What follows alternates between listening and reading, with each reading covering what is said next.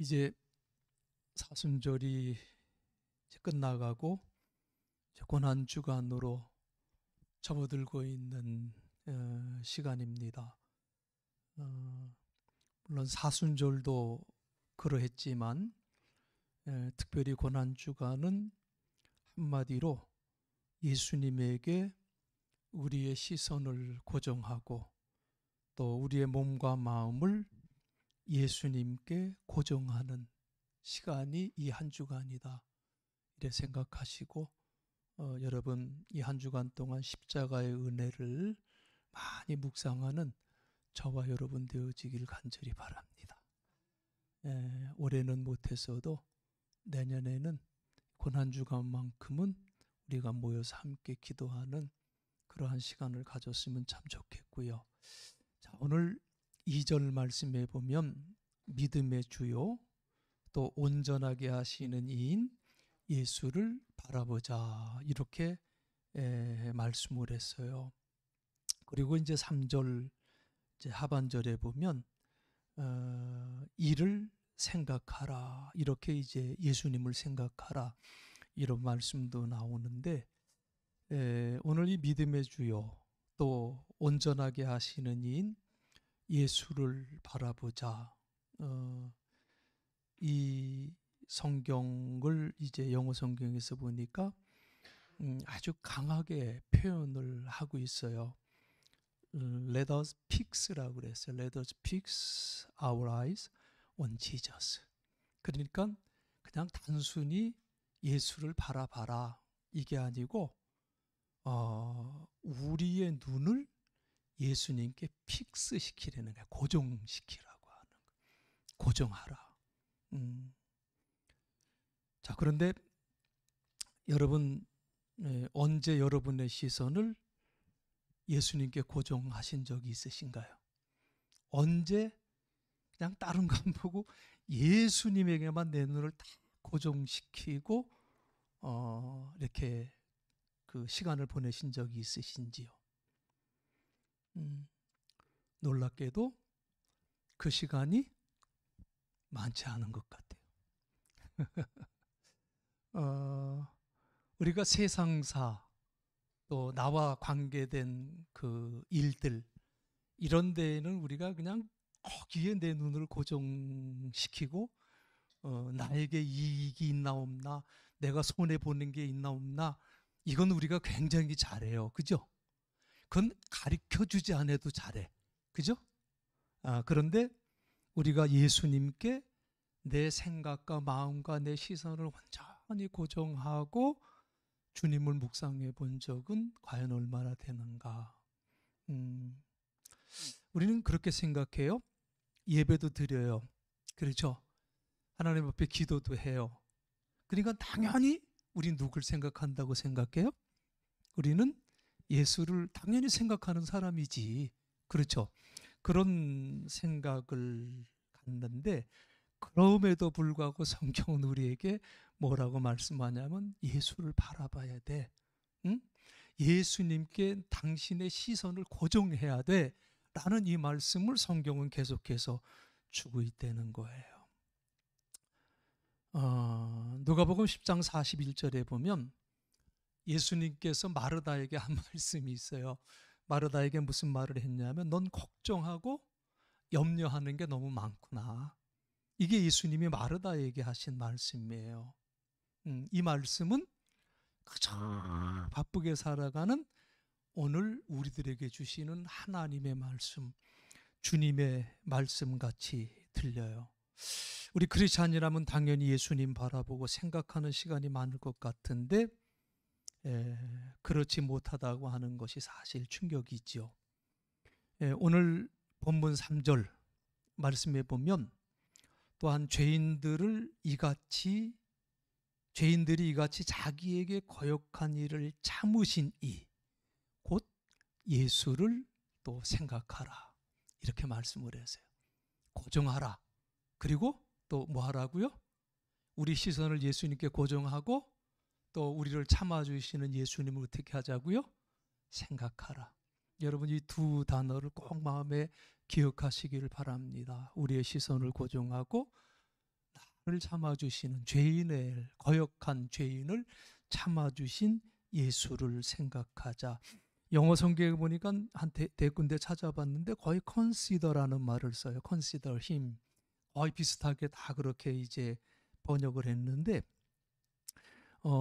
이 그 말의 헬라어를 찾아보니까 아날로기저마이라는 단어로 이렇게 쓰여 있더라고요. 그래서 그 단어의 뜻이 무슨 뜻인가라고 또 찾아봤더니, 우리는 그냥 생각하라, consider 해라, 뭐 이런 그 말의 그 표면적인 것보다는 더 중요한 의미가 헬라의 아날로기저마이라는 말 속에 있어요.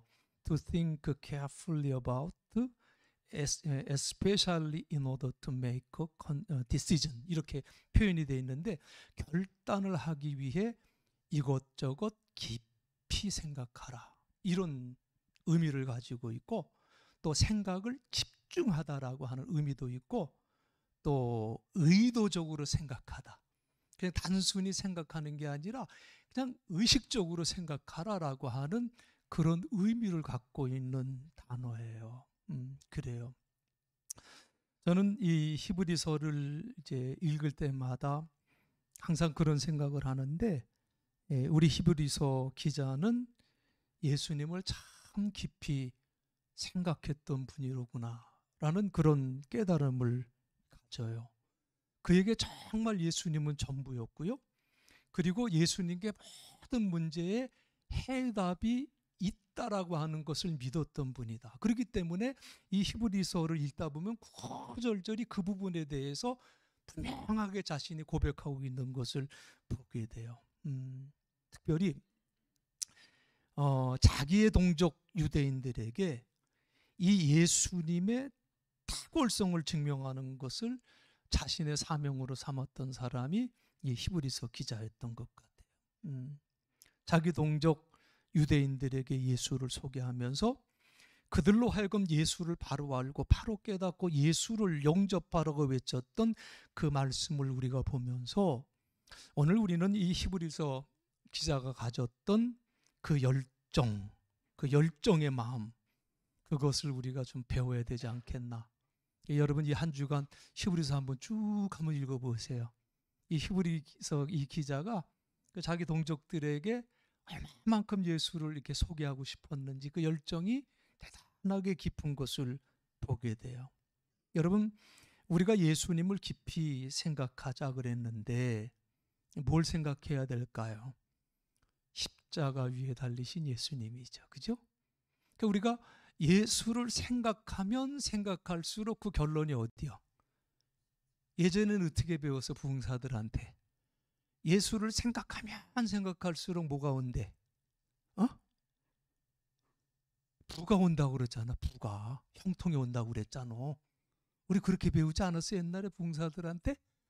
그런데 저는 아닌 것 같아. 예수를 깊이 생각하면 생각할수록 뭐가 와요? 십자가 위에 달리신 예수님이죠. 그렇죠. 히브리서 저자가 오늘 본문 2절에서 뭐가 보인다고 고백을 하냐면 모든 부끄러움을 참으신 예수. 그죠? 그 십자가상의 이 형벌이라는 게 그 당시 유대인들에게는 엄청난 수치잖아요. 가장 사악한 죄를 진 사람만이 십자가의 형을 받게 되는데, 그러한 모든 부끄러움까지도 참으셨다. 부끄러움을 개의치 아니하셨다. 결과는 하나님 보좌 우편에 앉았느니라. 이렇게 말씀해 주고 계세요. 십자가의 수치를 상관하지 않고 참으셨다. 그 참으신 예수를 우리가 생각하자는 거예요. 여러분, 예수님 십자가 옆에 두 강도가 같이 십자가 달렸죠? 그 말은 예수가 누구랑 동급이 됐다는 얘기요. 강도와 동급 취급을 받을 정도가 되었다는 거예요. 이 강도가 어떤 사람이었는지는 우리는 알 수 없지만 그냥 성경에 강도라고 나와 있으니까, 강도라고 나와 있으니까 사회적으로 용서받을 수 없는 아마 나쁜 짓을 했던 사람이다. 우리가 추측을 하는데 예수님이 그 사람들과 동급으로 취급이 되어 십자가에 달리셨다는 거예요. 그런데 오늘 아침에도 우리가 생각해 봤지만 우리 예수님은 한 번도 남의 것을 훔친 적이 없고 한 번도 폭력을 행사해 본 적이 없는 정말 흠없는 분이시라고 말씀을 드렸어요. 그것도 비아돌로사라고 하는 골고다로 올라가는 언덕을 십자가를 지고 올라간 예수님이에요. 왜? 여러분, 사도 바울이 고린도 교인들에게 보낸 편지 고린도전서 1장 22절로 23절에 보면은요, 이런 말씀을 해요. 유대인은 뭘 구한다고 그래요? 표적을 구하고 헬라인들은 지혜를 찾지만 우리는 십자가에 못 박힌 그리스도를 전합니다. 바울이 그러잖아요. 이것은 유대인들에게는 어떤 거라고 그랬어요? 꺼리는 것이고 이방인들에게는 미련한 것이다. 이렇게 바울이 증거를 했어요. 여러분, 예수님의 십자가가 유대인들에게 왜 꺼리는 거예요? 유대인들은 이미 십자가형이라고 하는 것이 얼마나 수치스러운 것인지 알기 때문에, 응? 이 수치스러운 것, 히라보 헬라어를 보니까 걸림돌이라고 하는 말로도 표현이 돼요. 그러니까 예수? 그게 누군데? 십자가에 달려 죽었다고? 그게 나하고 무슨 상관인데? 이런 말이에요. 이 수치스럽다고 하는 게. 응? 우리가 예수님께 나의 시선을 고정하고 예수님을 깊이 생각하면 결국에 뭐가 보인다고요? 십자가 달리신 예수님. 그게 정상이에요. 왜 십자가에 달리셨을까? 왜 수치와 모욕을 당했을까? 그 이유가 뭘까? 이 부분이 우리에게 신비해요. 이게 비밀이에요. 그 사도 바울이 이것을 두고 고린도전서 2장 1절 그리고 2장 7절에서 그리고 예배소서 1장 9절, 골로새서 1장 27절에서 뭐라고 표현하면 God, 미스터리라고 그랬어요. 하나님의 신비다. 이게 하나님의 신비다. 그러니까 이 하나님의 비밀이 구약 시대에 감추어졌다가 신약 시대에 와서 풀렸다고 하는 말씀인데 바울은 예배소서 1장 9절에서 이 하나님의 비밀에 대해서 이렇게 말을 해요. 그 뜻의 비밀을 우리에게 알리신 것이요 그의 기뻐하심을 따라 그리스도 안에서 때가 찬 경륜을 위하여 예정하신 것이니 그랬습니다. 그러니까 하나님께서 우리에게 그의 그리스도와 관련된 비밀스러운 계획을 알려주셨다는 거예요. 그리고 이 계획은 하나님께서 기뻐하시는 뜻을 이루기 위한 계획이라고 하는 말씀을 주시고 있지요. 오래전부터 우리 하나님이 우리를 구원하시려고 하는 계획을 가지셨는데 그 계획이 예수를 통해서 이루어졌고 구체적으로 예수님의 십자가 죽음을 통해서 하나님의 계획이 이루어졌다. 그리고 예수님이 그렇게 십자가에 달리시는 수치와 모욕을 당하신 것은 바로 우리를 구원하시기 위한 하나님의 구원의 계획을 이루신 것이다. 그래. 여러분, 예수님의 십자가의 수치가 그렇습니다.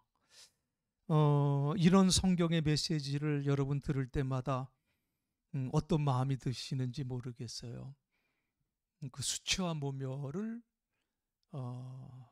그냥 묵묵히 감당하신 예수님.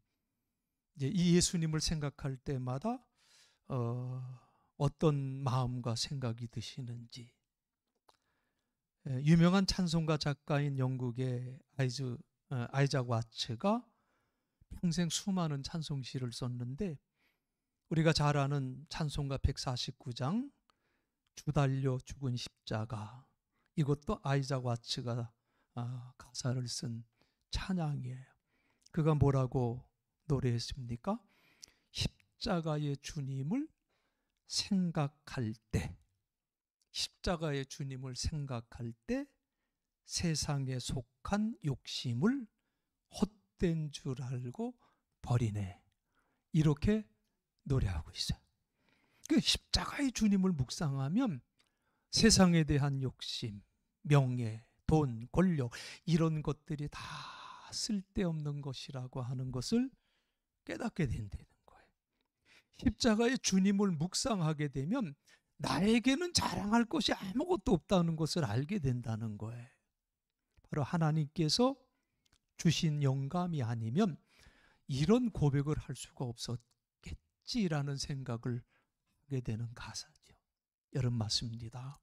우리가 십자가의 예수님을 바라보면 내가 추구하는 자랑, 우리가 추구하는 명예, 우리가 추구하는 모든 욕심들이 아무 의미가 없다는 것을 깨닫게 된다는 거예요. 그런데 정말 십자가의 주님을 제대로 발견한 사람이라면요, 십자가에서 들려오는 또 다른 메시지를 들을 수 있어야 돼요. 헛된 거 버릴 줄도 알아야 되고요, 또 다른 메시지를 들을 줄 알아야 되는데, 예수께서 십자가의 수치를 모두 감당하신 것은 우리를 구원하기 위한 하나님의 계획 속에서 된 일이라고 그랬어요. 우리를 구원하기 위해서 예수님은 십자가의 수치를 당하신 거예요. 그 십자가에서 어떤 메시지가 들려오고 있느냐? 그러면 너는 무엇을 위해서, 너는 어떻게 살 거냐? 라고 하는 그 음성이 우리들에게 들려줘야 된다는 거예요. 나를 위해서 예수님께서 이런 고난을 받으셨는데 그 십자가를 생각해 보니까 내가 어떻게 살아가야 될까? 이 깨달음이 와야 된다고 하는 사실이에요. 이 깨달음을 우리가 가질 때마다 우리가 생각하는 게 뭐예요? 우리 크리스찬들은 어떻게 살아야 되겠다? 잘 살아야지, 그죠? 뭐 돈이 많아서 잘 산다는 게 아니고 정말 잘 살고, 십자가의 주님을 생각할 때마다 구원의 은혜와 더불어서 정말 내 삶에 의미가 있어야 되는데, 그렇죠? 내 삶에 의미가 있어야지. 그냥 그저 그렇게 흘러가는 대로의 삶이 아니라 의미 있는 삶, 나만을 위한 그 이기적인 삶이 아니라 나 때문에 다른 사람이 행복할 수 있는 삶을 살아야지. 왜? 예수님이 십자가에 달리신 이유가 뭔데? 그죠? 이게 사실은 십자가에서 우리에게 주시는 메시지라고 저는 믿습니다. 랄프 알도 에머슨이라고 하는 그 철학자가 했던 말을 하나 소개해 드릴게요. 아주 미국의 정신 세계를 많이 이렇게 영향을 줬던 분인데요. 이분이 이제 19세기 분인데 이런 얘기를 했어요. 세상을 조금이라도 더 나은 곳으로 만드는 것. 이 얘기를 해요.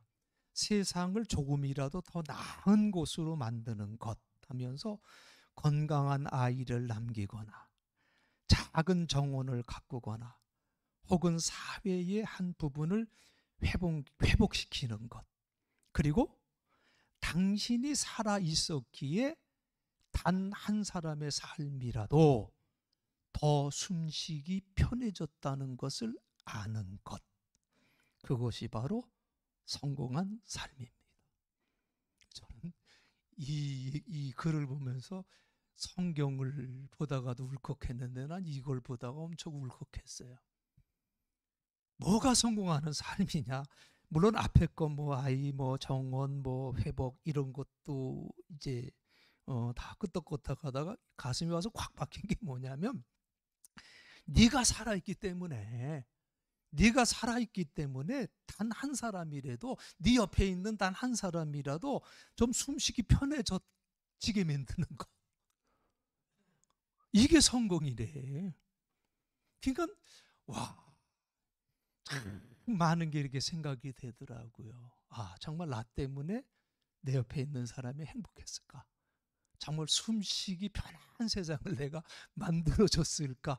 아무리 생각해도 그렇게 별로 나오지를 않아. 그러니까 참 가슴이 아프더라고요. 여러분, 모든 철학자들이 그렇듯이 에머슨도요, 무엇이 행복이냐, 무엇이 성공이냐, 무엇이 잘 사는 것이냐라고 하는 질문에 대해서 답을 한 사람들이에요. 그 대답이 방금 읽어드린 성공적인 삶이라고 하는 것은 결국 뭐냐면, 성공적이라는 삶은 세상을 조금이라도 더 좋은 세상으로 남겨주라는 거예요. 더 좋은 세상. 누구로 인해서? 나로 인해서 조금이라도 더 좋은 세상. 그 내 옆에 가까이 있는 사람들의 그 삶이 좀 편하고 숨쉬기 편하게 만들어주는 것이 성공이라는 거예요. 그래요. 여러분, 저는 그렇게 생각을 해요. 좀 나이가 드신 성도님들이 우리 교회에 많아요. 그렇죠? 가끔 그런 얘기해요. 그런 얘기하면 안 되는데, 아이고 뭐 사는 게 뭐 있습니까? 이제 다 됐는데, 그저 마음 편하게 그냥 좋은 거 먹고 좋은 거 생각하고 그러고 사는 게 최고인 것 같아요, 목사님. 이러고 얘기를 하더라고요. 근데 물론 그게 나쁜 것은 아니에요. 그건 나쁜 것이 아닌데, 그게 무슨 삶이에요? 그냥 현실에 내가 만족하고 살면 된다, 이 얘기인데, 여러분들은 절대로 현실에 만족하지 마시고 앞으로의 삶을, 더 좋은 삶을 살 수 있는 길을 계속해서 찾으시는 여러분들 되시기를 부탁드립니다. 길을 찾는 사람에게는 그 길이 보인대요. 그러나 찾지 않는 사람들에게는 절대로 보이지 않는데, 그냥 지금까지 살아왔던 대로 사는 거예요. 한 살이라도 더 젊을 때 계획을 하세요. 삶의 목적을 먼저 정하고 그렇게 살기 위한 계획을 하나하나 세워나가는 거예요. 어떻게 세워야 돼요? 어떻게? 오늘 히브리서 기자가 우리에게 말씀해 주셨잖아. 어떻게 계획을 세워야 되냐? 십자가 바라보고, 그리고 우리를 용서하신 예수를 깊이 생각하면서 좀 더 의미 있는 일을 계획하고 만들어가는 여러분들 되시길 주의 이름으로 축원합니다. 그리고 예수님께 시선을 고정하고 예수님을 생각하면 이렇게 더 나은 삶을 계획할 뿐만 아니라 우리를 향한 하나님의 사랑이 얼마나 크고 위대한 것인지를 깨닫게 되는 거예요. 그러니까 이것을 깨달으면서 의미 있는 삶을 살려고 노력하는 것이 같이 가는 거예요. 그렇죠? 아이자와 같이 아까 얘기했죠. 못 박힌 손발 보니 큰 잡이 나타나셨네. 가시로 만든 면류관 우리를 위해 쓰셨네. 그랬어요. 우리의 죄, 용서받을 수 없는 죄였어요. 히브리서 기자는 히브리서 9장 13, 14절에서 우리의 죄가 어떻게 양과 염소의 희생제물로 용서받을 수가 있습니까? 흠 없으신 하나님의 아들의 죽음이 아니면 우리의 죄는 용서받을 수 없습니다. 라고 이렇게 말씀하고 있어요. 우리의 죄가 그렇게 대단했다는 거예요. 아무 것으로도 용서받을 수 없는, 그래서 하나님의 아들이 직접 희생제물이 되어 대속물이 되지 않으면 용서받을 수 없는 우리가 그런 죄인들이었었어요. 그래서 우리는 십자가에 달리신 예수님 바라보면서 하나님의 사랑을 바라보게 되고, 바울이 로마서 5장 5절에서 하나님의 사랑이 우리 마음에 부어졌다라고 이렇게 표현하고 있어요. 부은 바 되미니, 부어졌다. 그리고 예수님의 제자 요한은 요한일서 4장 12절에서 하나님께서 이처럼 우리를 사랑해 주셨으니 우리도 어떻게 해야 된대요? 우리도 어떻게 해야 된대? 서로 사랑하는 게 마땅하다. 좀 마땅이라고 그랬어요. 어쩔 거예요? 옆에 분들 한번 이렇게 한번 쳐다보세요. 째려보지 마시고 사랑의 눈을. 어떻게? 내가 예수의 사랑을 받았어요. 그죠? 그럼 그 사랑 전하면서 나누면서 사는 것이 맞다. 그래요. 그래서 우리가 서로가 서로에게 하나님의 사랑의 통로가 되어야 된다는 말이에요. 하나님의 사랑이 십자가에서 흘러나와 우리를 통해 다른 사람에 흘러나가야 된다. 우리가 이런 메시지를 듣고 이 메시지가 나의 삶에서 표현되어질 때, 전해질 때, 그게 십자가의 메시지를 제대로 들은 거예요. 그게. 응? 그래서 우리는 어떻게 살아야 된다고요? 응? 어떻게 살아야 된다고 그랬어요? 복음 붙들고 어떻게 살아야 돼? 그게 어떻게 사는 거예요? 그렇게 사는 게 잘 사는 거예요. 그게 잘 사는 거요? 돈 많이 벌어서 잘 사는 게 아니요. 십자가 붙들고 사는 게 무슨 삶이라고 그랬어요? 그게 잘 사는 길이다 말이에요. 아무리 겉에 볼 때 화려하고 성공적인 것처럼 보인다 할지라도 십자가 붙들지 못한 사람은 아무것도 아니요. 응? 내 삶의 목적이 선해야 되고 나의 삶의 방식이 정당해야 돼. 나 때문에 상처받고 나 때문에 피해보는 사람은 없어야 돼. 적어도. 응? 여러분 큰 교회는요. 크리스찬이라고 들어와서 사기치는 사람 무척 많아요. 진짜예요. 여러분들은 목사하고 친한 사람들 조심하셔. 일반 목사하고 친하갖고 그냥 내가 목사하고 친하다고 했고 아니 거기에 자기의 크레딧을 쌓는 거야. 신용을. 그리고 사기치는 사람들이 얼마나 많은데. 응? 그래서 우리 크리스찬들은 딱 두 가지 생각해야 돼. 목적, 십자가 안에서 목적이 선해야 되고 내 삶의 방식이 정당해야 된다는 거예요. 응? 나 때문에 상처받고 나 때문에 피해보는 사람이 있어서 안 된다. 이게 크리스찬이에요. 우리는 그래서 이렇게 살아가면 하나님의 사랑이 흘러가는 통로가 되는 거예요. 아멘. 먼저 그리스도의 보혈에 흠뻑 우리 자신을 적셔야 되겠습니다. 그리고 그 보혈의 공로를 가슴으로 느껴야 돼.